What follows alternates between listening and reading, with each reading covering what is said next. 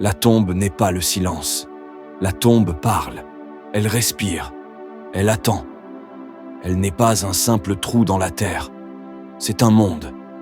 Un royaume invisible où les âmes vivent leur propre épreuve. Et dans ce royaume, tout se révèle.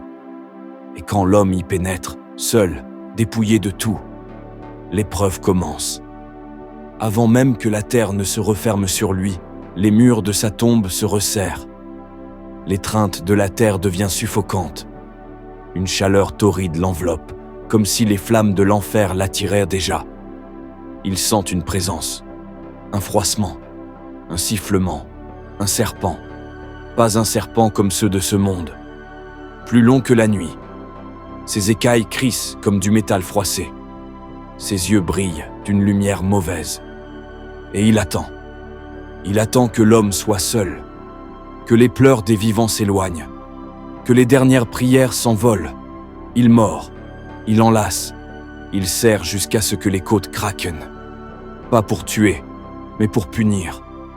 Car ce serpent, c'est le fruit de ses péchés, de ses mains qui n'ont jamais donné, de sa langue qui n'a jamais dit la vérité, de son cœur qui a refusé de croire. Et maintenant, il lui appartient. Puis, un tremblement.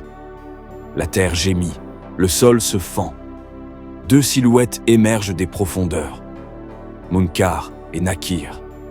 Leurs corps sont immenses, leurs visages terrifiants. Leurs yeux sont comme des braises. Leurs voix font trembler l'âme. Ils ne marchent pas. Ils déchirent le monde pour venir, avec leurs dents, avec leurs griffes. Et personne ne peut les arrêter. Pas un roi avec son armée, pas un savant avec ses livres, pas une mère avec ses larmes. Ils viennent, et l'homme doit répondre. Qui est ton Seigneur ? La voix des anges déchire le silence. L'homme bien répond, ferme, serein. Allah.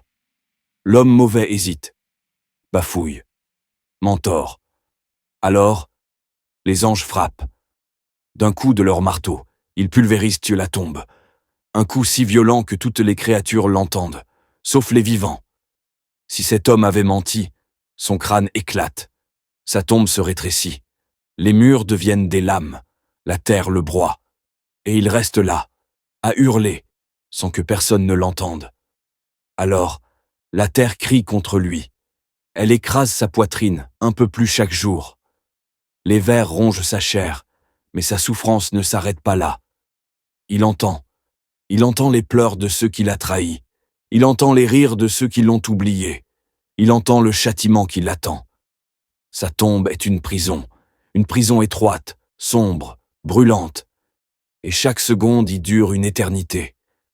Mais pour le croyant, le bienfaisant, la tombe est différente. Dès que les vivants s'éloignent, une lumière éclate. Une douce brise emplit l'espace. Les murs de sa tombe s'élargissent, à perte de vue. Et les anges viennent, avec douceur. Qui est ton Seigneur ?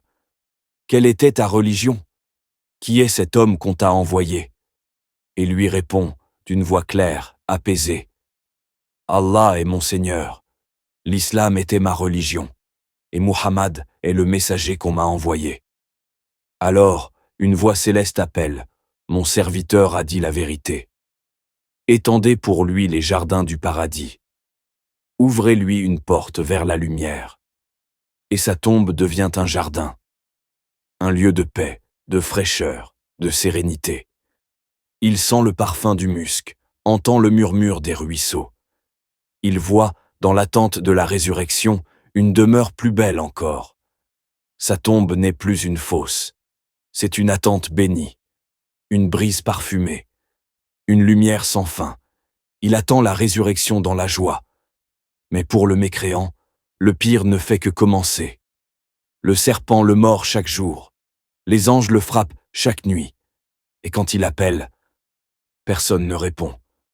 Alors, avant que la terre ne te parle, avant que les anges ne t'interrogent, avant que le serpent ne te possède, car quand la tombe se refermera, il sera trop tard pour mentir. Comment éviter le châtiment de la tombe ? La tombe, première étape vers l'au-delà, un endroit de paix pour certains, mais pour d'autres, un lieu de tourment, de cris que seules les créatures entendent. Aujourd'hui, nous allons parler de ce que le prophète Muhammad, paix et bénédiction sur lui, a décrit comme l'un des châtiments les plus redoutables, le châtiment de la tombe, et surtout, comment l'éviter. Le prophète, paix sur lui, a dit « Cherchez refuge auprès d'Allah contre le châtiment de la tombe », rapporté par Al-Bukhari et Muslim. C'est un châtiment infligé à certains morts dans leur tombe, avant même le jour du jugement. Il varie selon les péchés, mensonge, médisance, négligence de la prière, impureté après les besoins, etc. Pourquoi est-il infligé? Ne pas se purifier après avoir uriné. Médisance et calomnie, hypocrisie, orgueil, manque de prière, détournement des regards, mauvaise langue, injustice. Le prophète, paix sur lui, a vu 2 hommes châtiés dans leur tombe et dit « L'un ne se purifiait pas correctement après avoir uriné, et l'autre colportait les propos des gens. » Sahih al-Bukhari. Comment éviter le châtiment de la tombe? Se rappeler souvent de la mort adoucit le cœur. Rappelez-vous souvent celle qui détruit les plaisirs, la mort. La première chose dont le serviteur sera jugé au jour du jugement est la prière. Celui qui la néglige risque de graves conséquences dès la tombe. Se purifier soigneusement, wudu et après les toilettes. Toujours s'assurer de bien se nettoyer, comme le prophète, paix sur lui, nous l'a appris. Éviter les grands péchés, médisance, mensonge, fornication, trahison. Même si l'homme jeûne et prie, sa langue ou ses actes peuvent lui causer un châtiment terrible dans la tombe. Le prophète a dit « Il y a une sourate de 30 versets qui intercède pour son compagnon jusqu'à ce qu'il soit pardonné.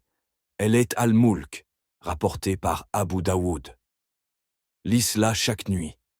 Invoquez Allah pour être épargné. Apprends cette invocation que le prophète récitait après chaque prière. Allahumma inni a'udu bika min adabil qabr. Ô Allah, je cherche refuge auprès de toi contre le châtiment de la tombe. Aimer Allah et son prophète, suivre sa sunna. Avoir une bonne intention dans toutes ses œuvres. Faire du dhikr, rappels, et donner en aumône. Entretenir ses liens familiaux. Ne pas couper les liens du sang. Multiplier les invocations du pardon. Astaghfirullah. C'est une lumière dans ta tombe. Frère, sœur, prépare ta tombe comme on prépare sa dernière demeure. Elle sera sombre ou lumineuse, froide ou paisible, selon ce que tu fais maintenant. Cherche le pardon d'Allah. Rappelle-toi la mort. Préserve ta langue. Aime Allah sincèrement. Et Allah te couvrira de sa miséricorde dans ta tombe et au-delà. Si tu es encore là jusqu'à ce moment de la vidéo, c'est qu'Allah t'aime assez pour t'avoir guidé vers ce rappel. Ne laisse pas ces paroles s'envoler comme le vent. Prends-les, grave-les dans ton cœur et agis, car chaque souffle que tu respires est une chance de te rapprocher d'Allah et d'être sauvé dans ta tombe. Levons nos mains ensemble et disons du fond du cœur, « Ô Allah, épargne-nous le châtiment de la tombe. Fais de nos tombes des jardins de lumière. Accorde-nous une vie de piété, une mort sur le tawhid et une rencontre avec toi, le cœur serein. Pardonne-nous nos fautes, grandes et petites, visibles et cachées. Illumine nos visages le jour où les visages seront assombris. Fais que nous soyons de ceux qui sont accueillis par les anges avec paix et miséricorde. Et fais que la meilleure de nos journées soit celle où nous te rencontrerons. Amin, Amin, Amin. Si ce rappel t'a touché, partage-le. Peut-être qu'Allah sauvera quelqu'un grâce à toi. Abonne-toi, like, commente une invocation. Et surtout, prie pour que nous soyons tous épargnés du châtiment de la tombe. On se retrouve bientôt, Inch'Allah, pour un nouveau rappel. D'ici là, vis avec foi et prépare ton éternité.